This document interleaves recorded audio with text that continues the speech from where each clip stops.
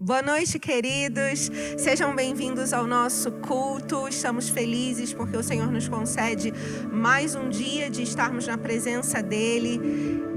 Em 2 Coríntios, no capítulo 9, no verso 8, diz: E Deus é poderoso para fazer que toda a graça lhe seja acrescentada, para que em todas as coisas, em todo o tempo, tendo tudo o que é necessário, vocês transbordem em toda boa obra.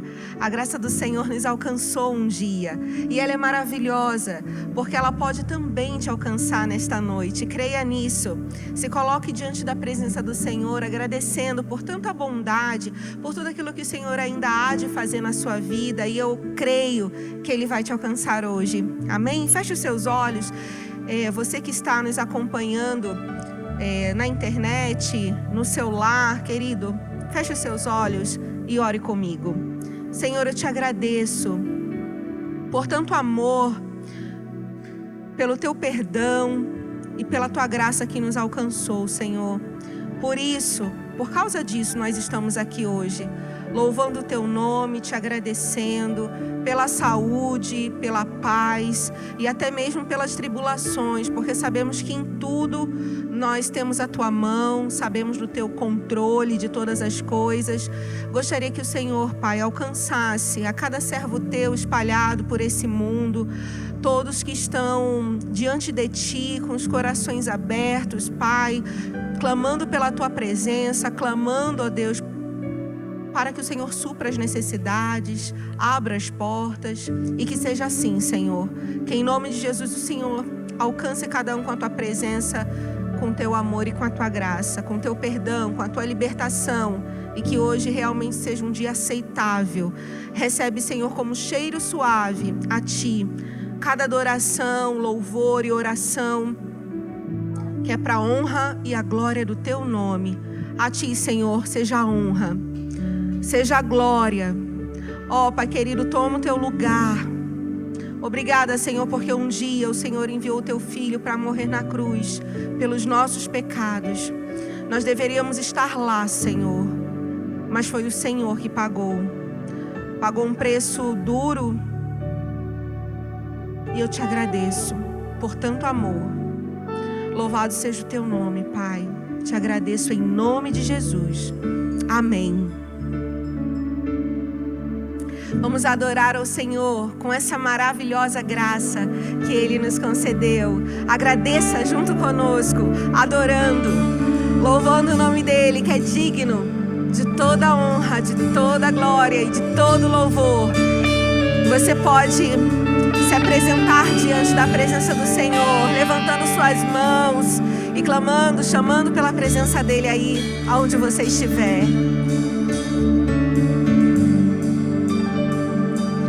Maravilhosa graça, teu amor que não falha, tomou o meu lugar, levou a minha cruz, teu sangue me salvou, minha dívida pagou.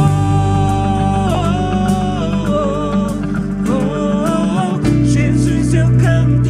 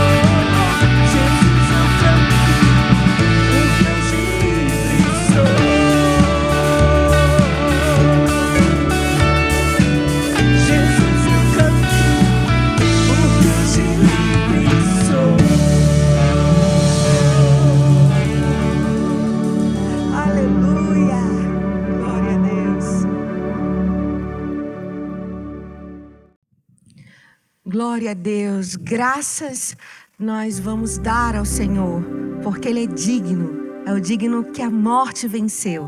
É o Rei que a morte venceu. Adore ao Senhor agradecendo ao Pai por isso. Porque um dia nós fomos resgatados por esse amor. Já que Ele pagou a nossa dívida, nós devemos honrar e adorar, glorificar, louvar o nome dEle, dizendo: digno é o Senhor, graças eu te dou, Pai.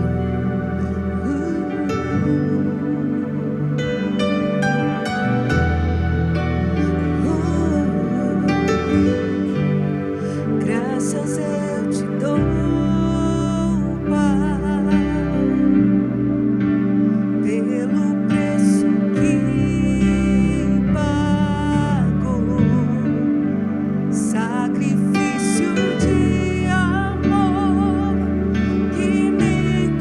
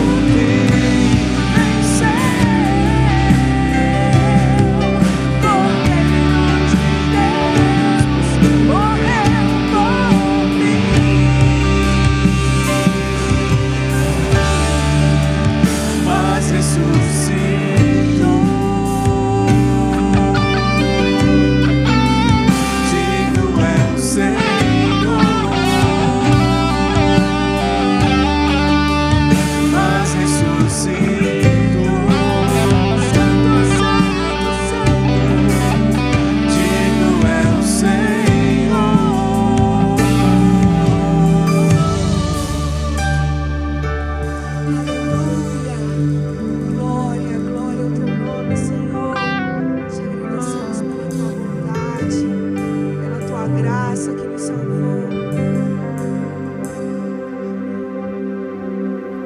Nesse momento, querido, você tem a oportunidade de dedicar ao Senhor os seus bens e a sua vida também.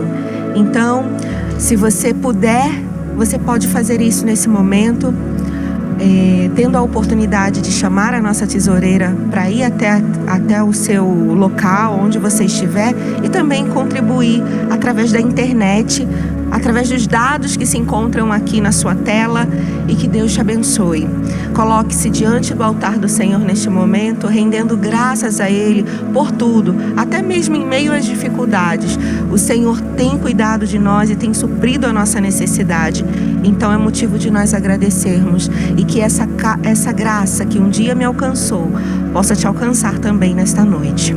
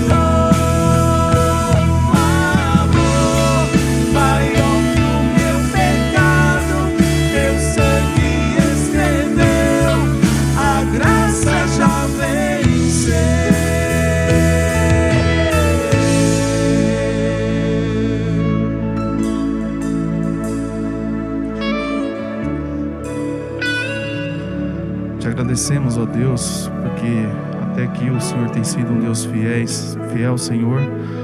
O Senhor tem nos amparado, o Senhor tem nos guardado, nos livrado, Senhor Deus, da praga, Senhor Deus, e também de muitos outros livramentos que não damos contas, ó Deus. Somos falhos, Senhor, e não merecemos, Senhor, mas pela Tua graça, pela Tua misericórdia, o Senhor tem nos guardado, ó Pai. Guarda-nos e possamos estar investindo cada dia mais no Teu reino e também pela Sua volta, Senhor Deus, que a cada dia se aproxima. Esteja com Tua igreja e com cada coração, Senhor Deus, de cada família, Senhor, enlutada, Senhor, com dificuldades financeiras, de emprego, Senhor. O Senhor possa estar visitando cada lar, ó Pai. Assim oramos, toma essa nação no Teu altar, ó Pai, pelas Tuas mãos. Em nome de Jesus, assim oramos, com o perdão dos nossos pecados. Amém.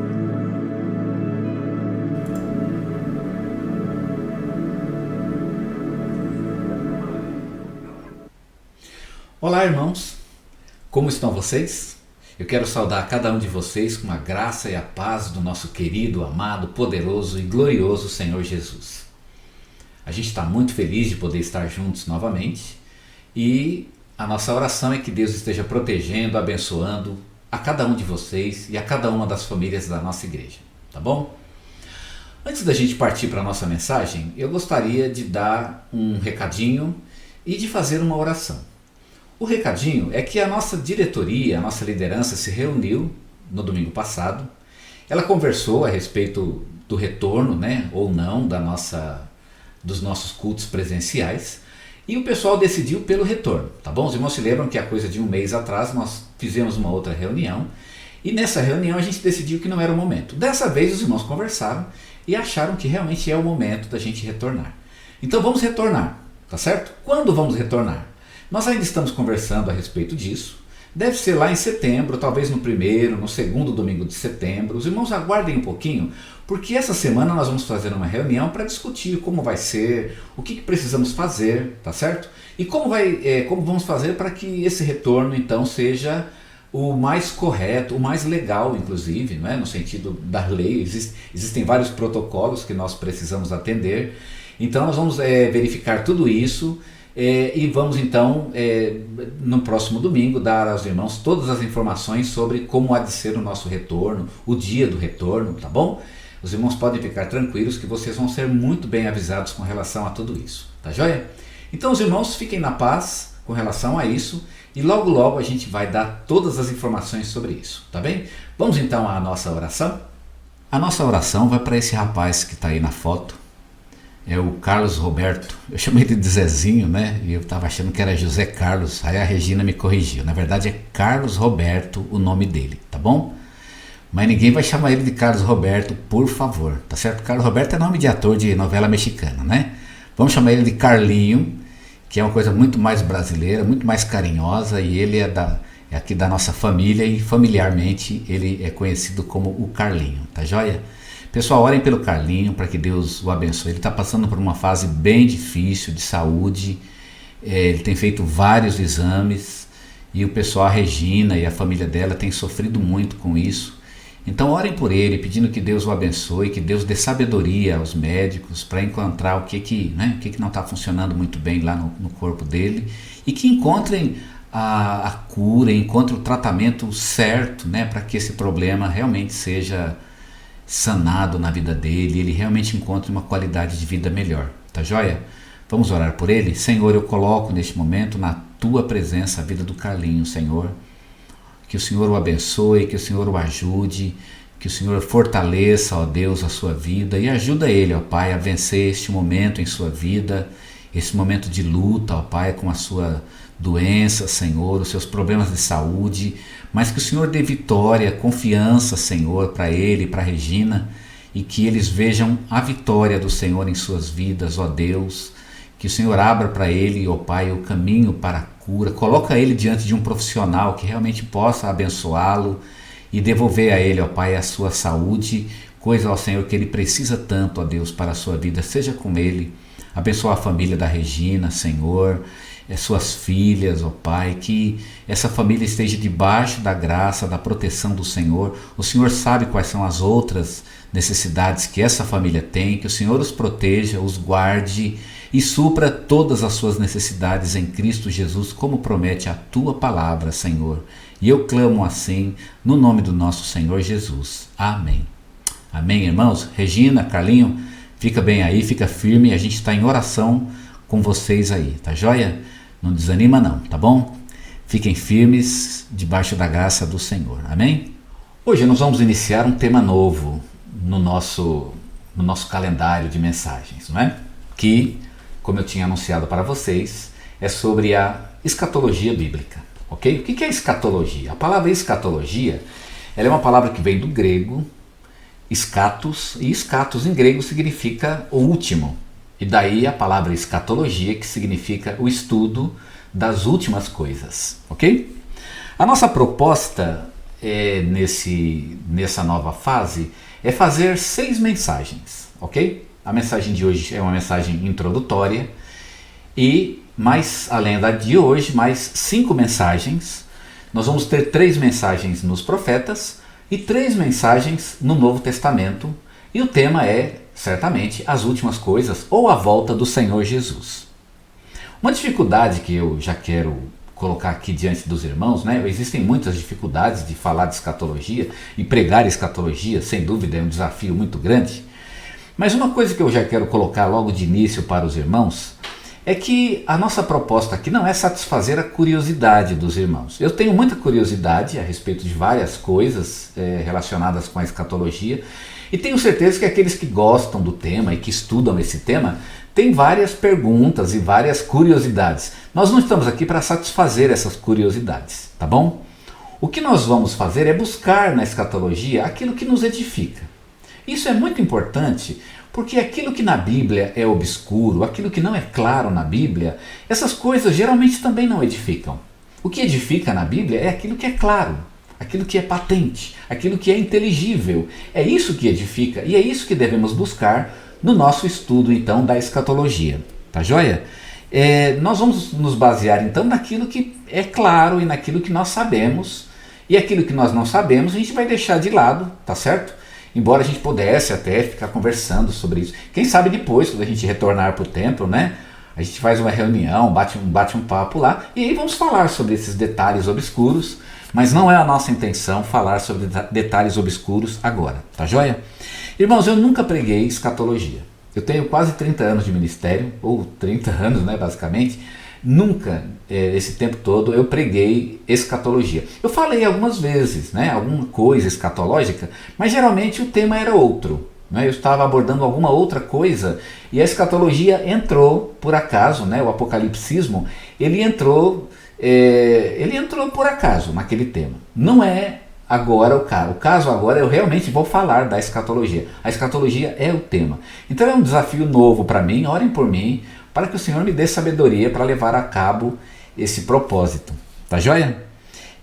Uma coisa importante, né, antes da gente começar. Nós vamos começar do início, tá bom? Isso pode parecer bobeira, mas isso é muito importante. Vamos começar do princípio. Significa que nós vamos começar pela base. Então, não queira entender tudo hoje, tá joia? Muitas coisas talvez a gente não vai entender nem no final. Mas não queira, mas esse sermão ficou estranho, ficou muita coisa sem entender. Não queira entender tudo, entenda aquilo que a gente falar no dia, entenda o que vamos falar hoje, tá joia? É como matemática, né? Matemática, se você não entender a base, você não adianta continuar, né? Você tem que entender primeiro a base para depois você avançar para o próximo nível. É assim que funciona a escatologia. Tá joia? No início ela é básica e ela vai se tornando mais forte à medida que a gente vai estudando, e eu espero que isso vá acontecer também em nossos estudos, ok? E qual é a base da escatologia? A base da escatologia são os profetas.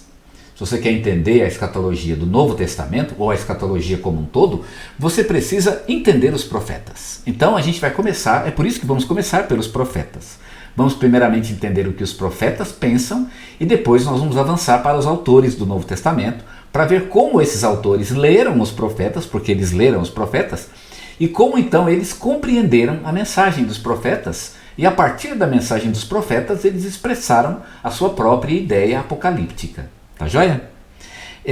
Outra coisa importante é que eu não vou entrar no mérito das interpretações. Aquele negócio de pré-milenismo, pós-milenismo, pré-tribulacionismo, pós-tribulacionismo, preterismo, né? Isso aí nós vamos deixar tudo de lado, nós não vamos entrar nesse mérito, tá joia? Se o irmão é amilenista, pós-milenista, não importa.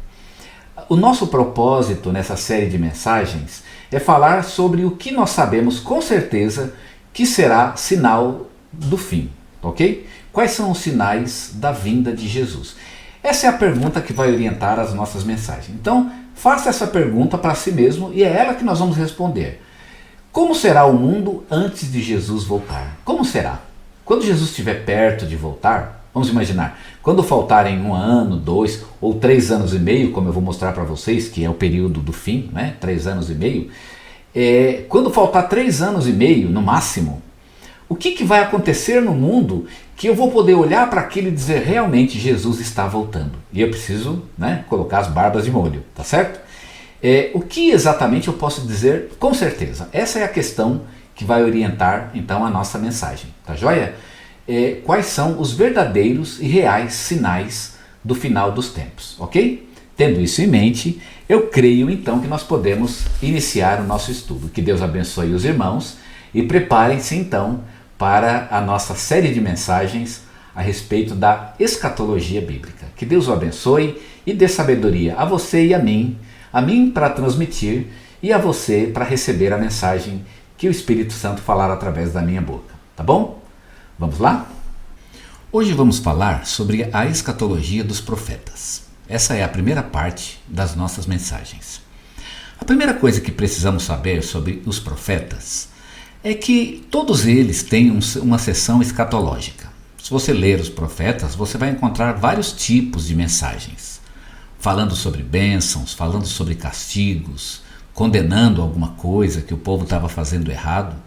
Mas uma coisa que todo profeta faz é falar desse futuro, esse futuro glorioso de Israel, o futuro escatológico, quando Deus há de cumprir todos os seus propósitos na vida de Israel. Todos eles, portanto, têm essa seção escatológica. Uma segunda coisa importante sobre os profetas é que a escatologia para eles não era uma coisa distante como é para nós. Quando eu falo de escatologia ou de apocalipse, eu acho que na minha cabeça e na sua cabeça sempre se refere a acontecimentos distantes no tempo, né? Coisas que vão acontecer daqui a 100, 200, daqui a 1000 anos, né? Aquele futuro longínquo. Os profetas não tinham essa ideia. Na cabeça deles, os propósitos de Deus se realizariam naquele mesmo tempo. Eles iriam ver no seu próprio tempo esse futuro glorioso de Deus. Para vocês terem uma ideia, Daniel chega a dizer que o Apocalipse começaria 70 anos depois do tempo em que ele estava escrevendo o seu livro. Na ideia dos profetas, o Apocalipse começaria no seu próprio tempo. Eles veriam, de fato, o futuro escatológico, digamos assim, eles veriam a eternidade no seu próprio tempo, a escatologia cumprida na sua geração ou numa geração seguinte, muito próxima da geração deles, tá bom? Bem, vamos agora falar então um pouquinho sobre essa escatologia dos profetas. Primeiramente, a gente tem que ter em mente que há um consenso dos profetas com relação à restauração de Israel. E é a isso que se refere a escatologia dos profetas. Ela fala sobre o Israel restaurado. Sim, porque o Israel sempre foi uma nação que viveu debaixo dos seus inimigos, né? Você sabe que eles sempre foram escravos de alguma nação, e a escatologia é o tempo que Israel não seria escravo de ninguém. Israel, na verdade, seria uma espécie de senhor do mundo, né? Ele estaria acima das outras nações, inclusive como uma espécie de líder das nações. Esse seria o grande futuro de Israel, um reino, de fato um reino sacerdotal, né? Inclusive politicamente falando. E todos os profetas concordam então que o Apocalipse se refere à restauração da nação de Israel. E todos os profetas concordam sobre o que vai acontecer, quais são os eventos que vão acontecer para que a nação de Israel seja restaurada. Vamos ao primeiro evento. O primeiro evento desse processo da restauração de Israel é que Israel vai voltar da Babilônia. E aí começa então o período da eternidade. Vejam que interessante. a gente acabou de falar, né, quando a gente estudou quando a gente estava falando sobre Zacarias, né, e a revista, inclusive, né, que falava sobre Esdras e Neemias, a respeito do retorno da Babilônia, porque na ideia dos profetas, o retorno da Babilônia significaria o início da eternidade. Eles iriam reconstruir a nação e nunca mais essa nação iria cair. Seria uma nação eterna. Então, a volta da Babilônia seria o primeiro marco, ou seria assim, o primeiro evento apocalíptico da profecia, tá certo? Isso, inclusive, já aconteceu, a gente já viu, né, por volta do ano 500 ali, um pouquinho antes, o povo voltou da Babilônia. Esse seria, então, um marco apocalíptico, o início do fim dos tempos, por assim dizer, né? Ou já o novo tempo na história de Israel, a eternidade de Israel. É quando Israel volta da Babilônia e começa então a reconstruir a sua nação, ok? Vamos ler o texto, Isaías capítulo 40, versículos 1 e 2. Consolai, consolai o meu povo, diz o vosso Deus. Falai benignamente a Jerusalém, e bradai-lhe que já a sua malícia é acabada, que a sua iniquidade está expiada, e que já recebeu em dobro da mão do Senhor por todos os seus pecados. Não parece a gente lá no céu, né? Acabou tudo, não tem mais pecado, já recebeu o suficiente, né, de castigo, acabou, agora é só alegria, né? Então essa é a ideia de Isaías, capítulo 40. E se refere a quando esse texto? Ele se refere ao retorno da Babilônia, né? O povo voltaria da Babilônia e todo o pecado que tivesse que ter sido castigado já teria sido castigado no cativeiro babilônico. Acabou agora, Deus não tem mais o que castigar o povo, tá certo? Um segundo versículo que eu queria destacar é Isaías capítulo 44, versículo 28. Que digo de Ciro, e é Deus que está dizendo, ele é meu pastor e cumprirá tudo que me apraz, de modo que ele também diga de Jerusalém, ela será edificada e o fundamento do templo será lançado. Por que é importante essa profecia? É porque quando a Jerusalém fosse edificada e o fundamento do templo fosse lançado, chegaria então o final dos tempos. Esse já seria o novo tempo, a eternidade, né? Israel seria reerguida, reedificada e nunca mais ela cairia como nação. Daí para frente seria apenas a questão de conquistar o mundo e se tornar então aquela bênção que Deus tinha prometido a Abraão. Percebe? E aí Isaías inclusive diz que é Ciro, né, que vai dar a ordem, né? A gente vai ver uma diferença aí entre Isaías e Daniel a respeito de quem dá essa ordem, mas de qualquer maneira é a reedificação de Israel que inaugura o período apocalíptico para os profetas. Bem, primeira coisa que acontece então no Apocalipse dos profetas é a volta da Babilônia, perfeito? Vamos ao segundo. Segunda coisa que acontece é o príncipe da linhagem de Davi sobe ao trono. O povo vai voltar da Babilônia, vai reedificar o templo, vai reedificar Jerusalém, vai replantar os campos, né? Israel vai se reconstruir como nação e em algum tempo depois, não sabemos ainda quanto tempo, os profetas ainda não sabem, né?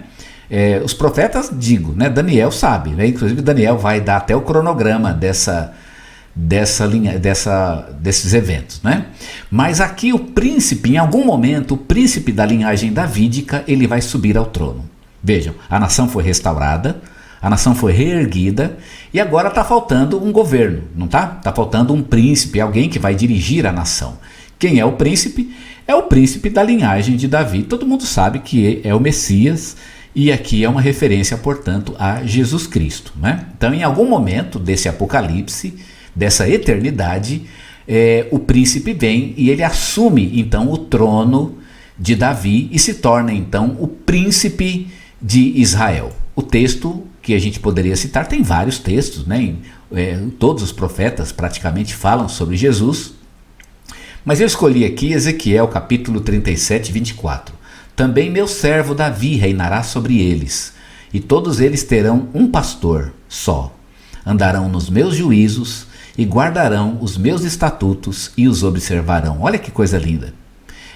Aqui Ezequiel está prometendo que Davi, certamente não Davi em pessoa, né, mas o filho de Davi, um rei da linhagem de Davi, vai subir ao trono e será então o pastor da nação.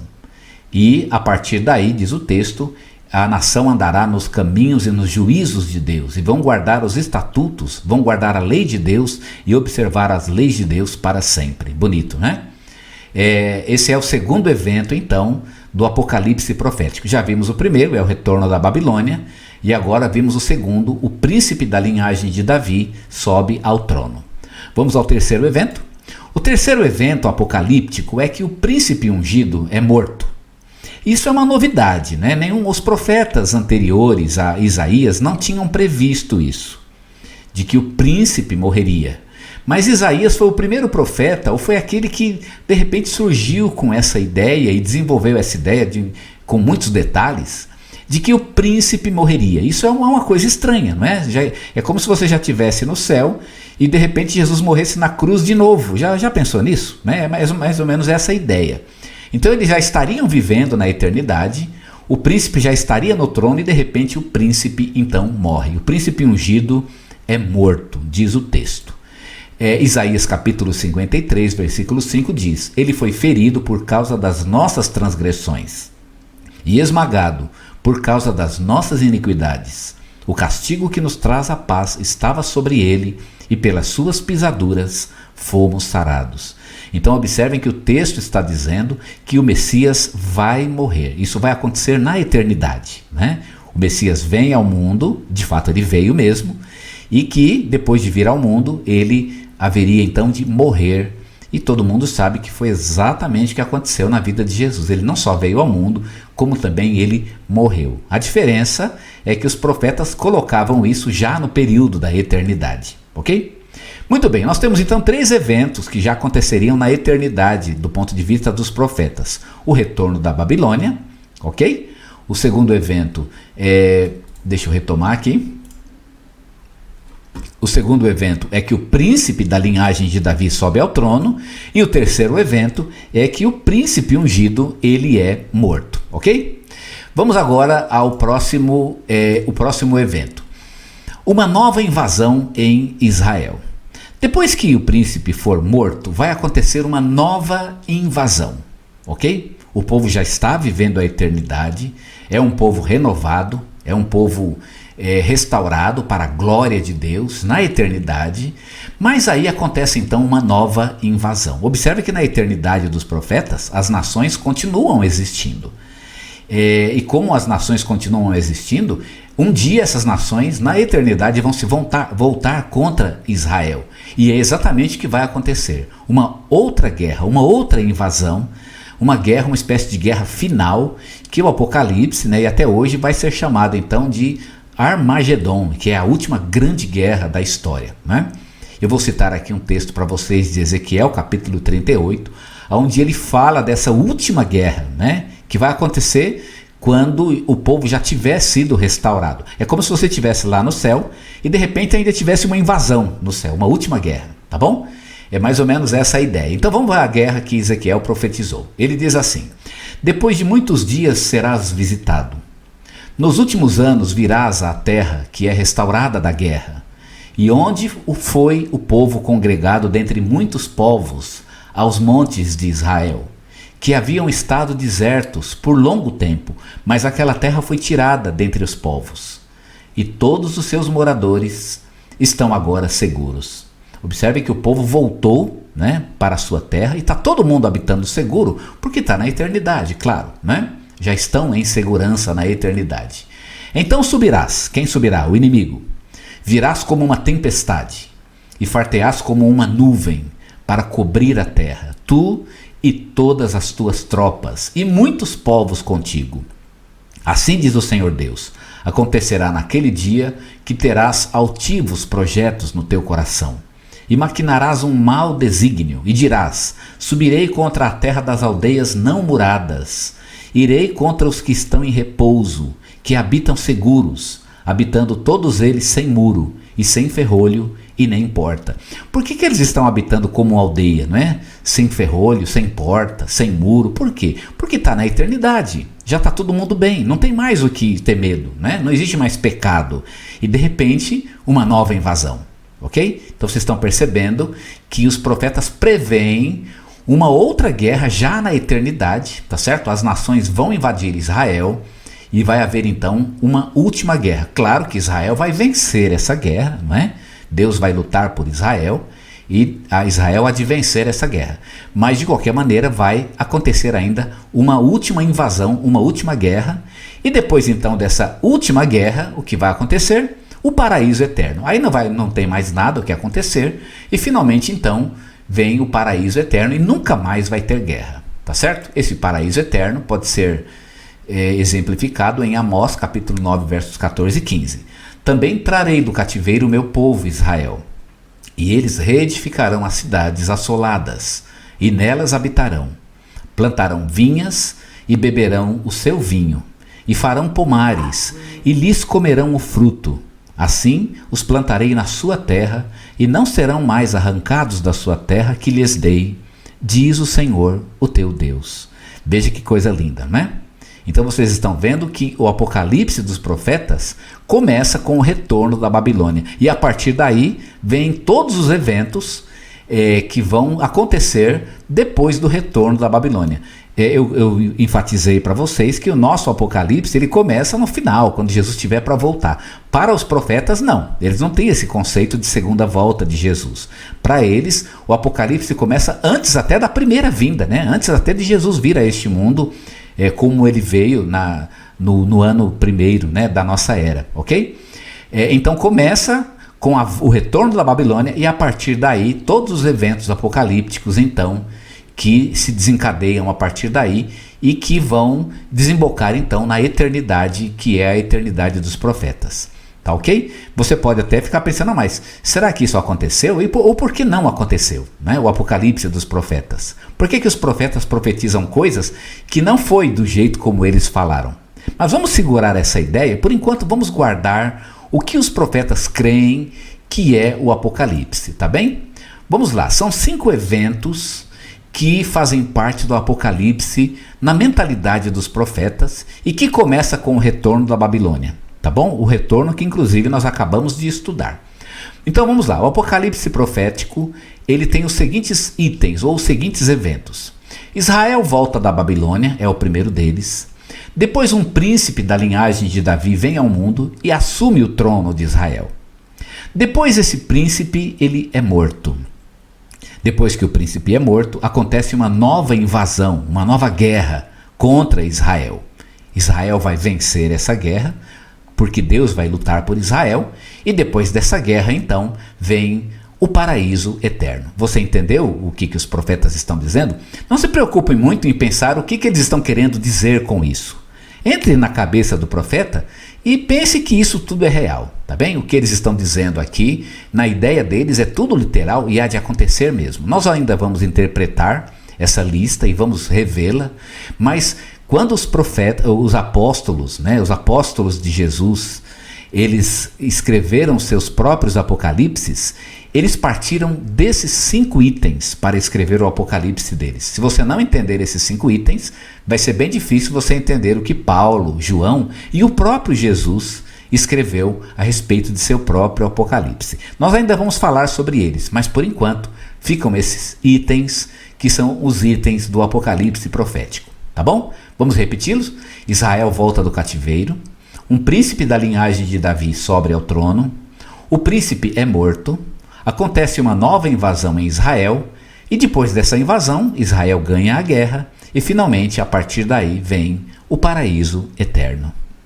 Vamos tirar algumas lições a respeito daquilo que nós vimos e ouvimos a respeito do apocalipse profético. E, na verdade, a respeito da escatologia bíblica como um todo. Por que estudar a escatologia? E por que estudar essas coisas?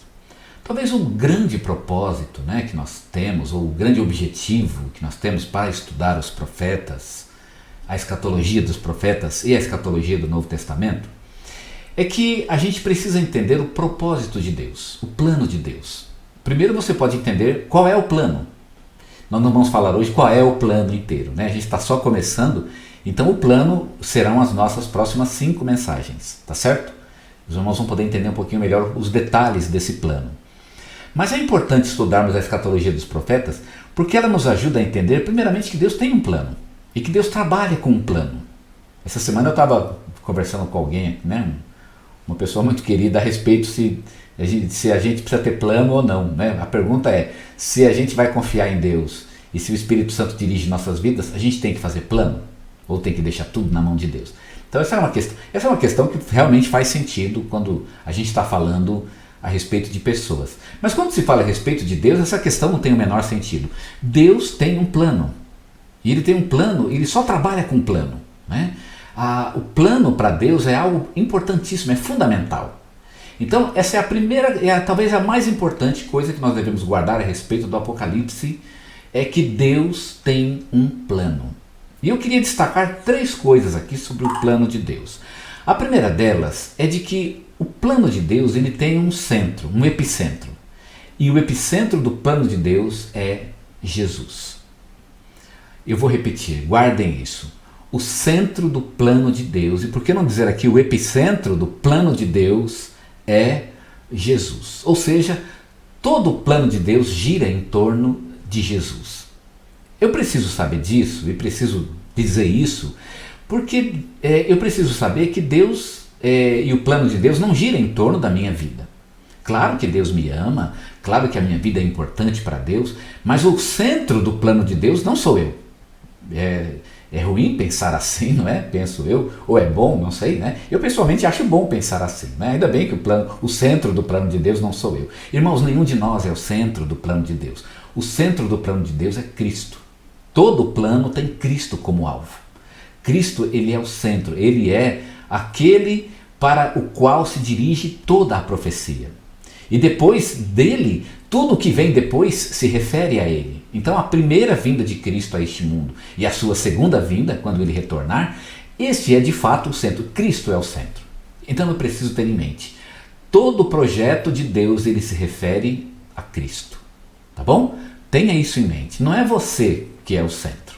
É Cristo o centro. Aliás, Cristo é o centro de tudo. De todas as coisas que você pode pensar. De coisas que você até gostaria de ser o centro. Por exemplo, quem é o centro do amor de Deus? É Cristo. Ele é o amado por excelência. Nós somos amados porque estamos em Cristo. Quem é o eleito? Né? O eleito não é Israel, o eleito não é a igreja, o eleito é Cristo. E nós somos eleitos nele. Paulo, escrevendo aos Efésios, ele disse isso. Somos eleitos nele antes da fundação do mundo. A nossa eleição, ela é em Cristo. Ninguém é eleito por si ou em si mesmo. Todos os que são eleitos em Cristo, porque Cristo é o eleito por excelência. Então, ele é sempre o centro. A tua ligação com Cristo é fundamental.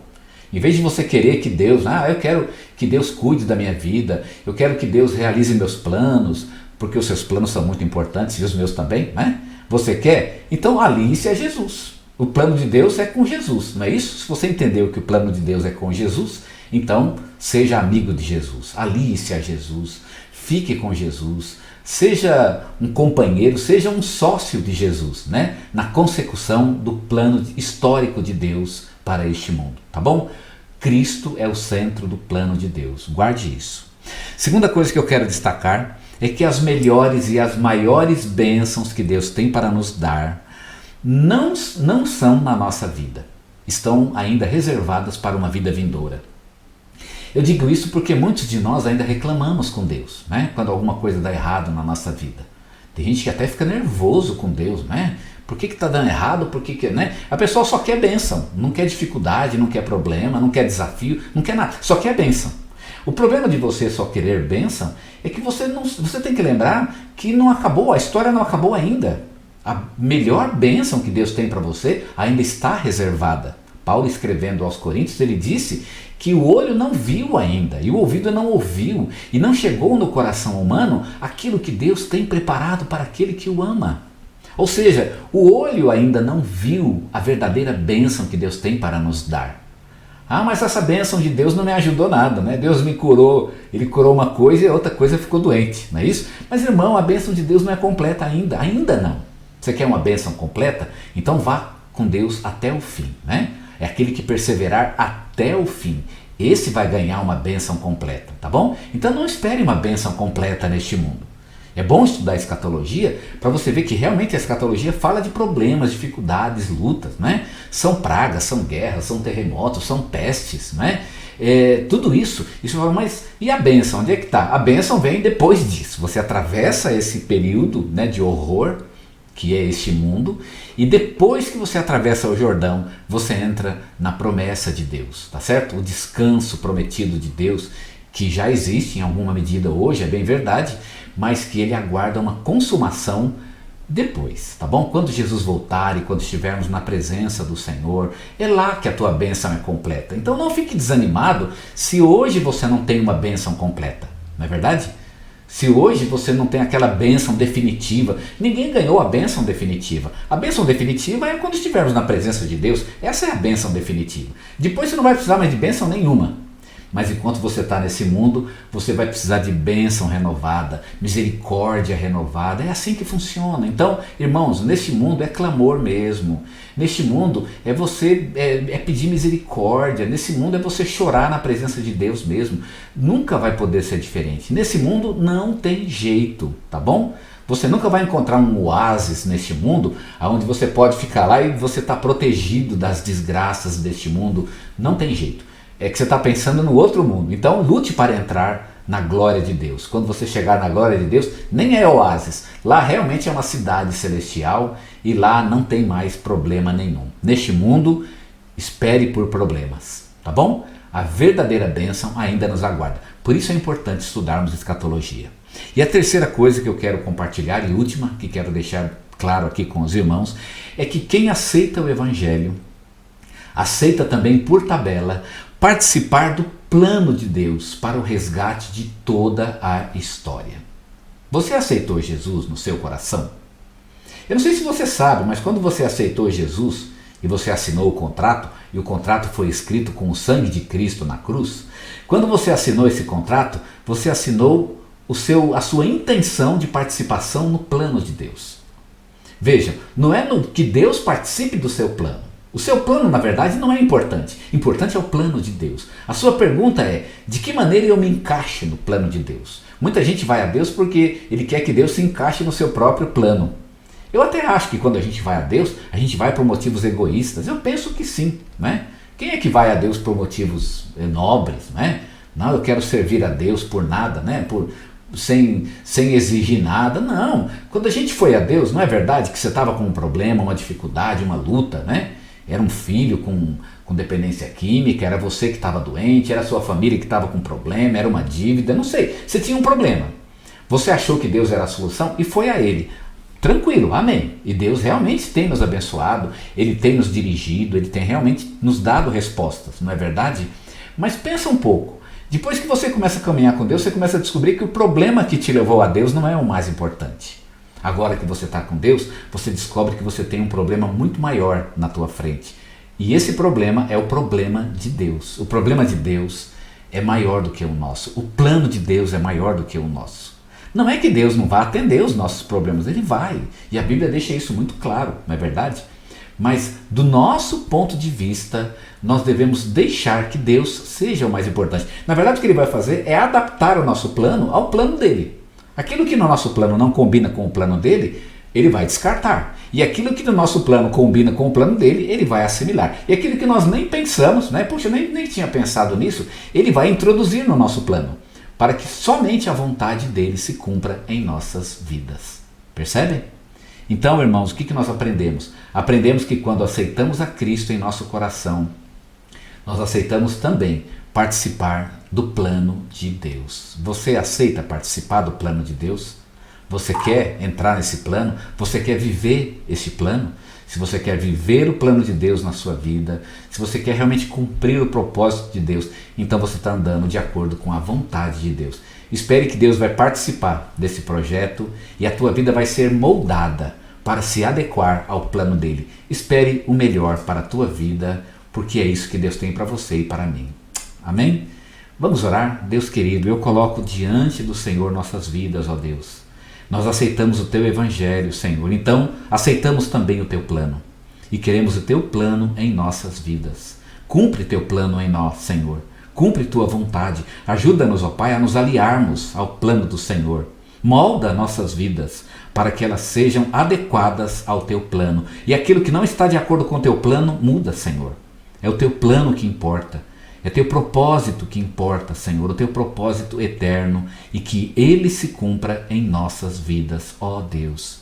Nós humildemente abaixamos a cabeça e aceitamos que somos servos do Senhor na consecução do plano do Senhor, cujo chefe do plano é o próprio Senhor Jesus, o general a quem nós devemos servir e a quem realmente servimos com todo o nosso coração. Nós nos colocamos à tua disposição para fazer a tua vontade, Senhor, e pedimos assim e nos colocamos assim no nome do Senhor Jesus, o querido Senhor Jesus. Amém. Amém? Irmão, que Deus abençoe muito a sua vida. Fica na paz do Senhor.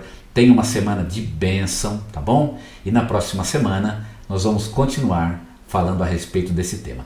Na próxima semana nós vamos falar sobre as 70 semanas de Daniel. Vamos então praticamente iniciar, né? Nas 70 semanas de Daniel, e vamos aprender um pouquinho mais a respeito desse plano glorioso de Deus para a história, um plano do qual eu e você precisamos fazer parte. Fica na paz do Senhor e tenha uma semana de bênção, na graça e na paz do nosso Senhor.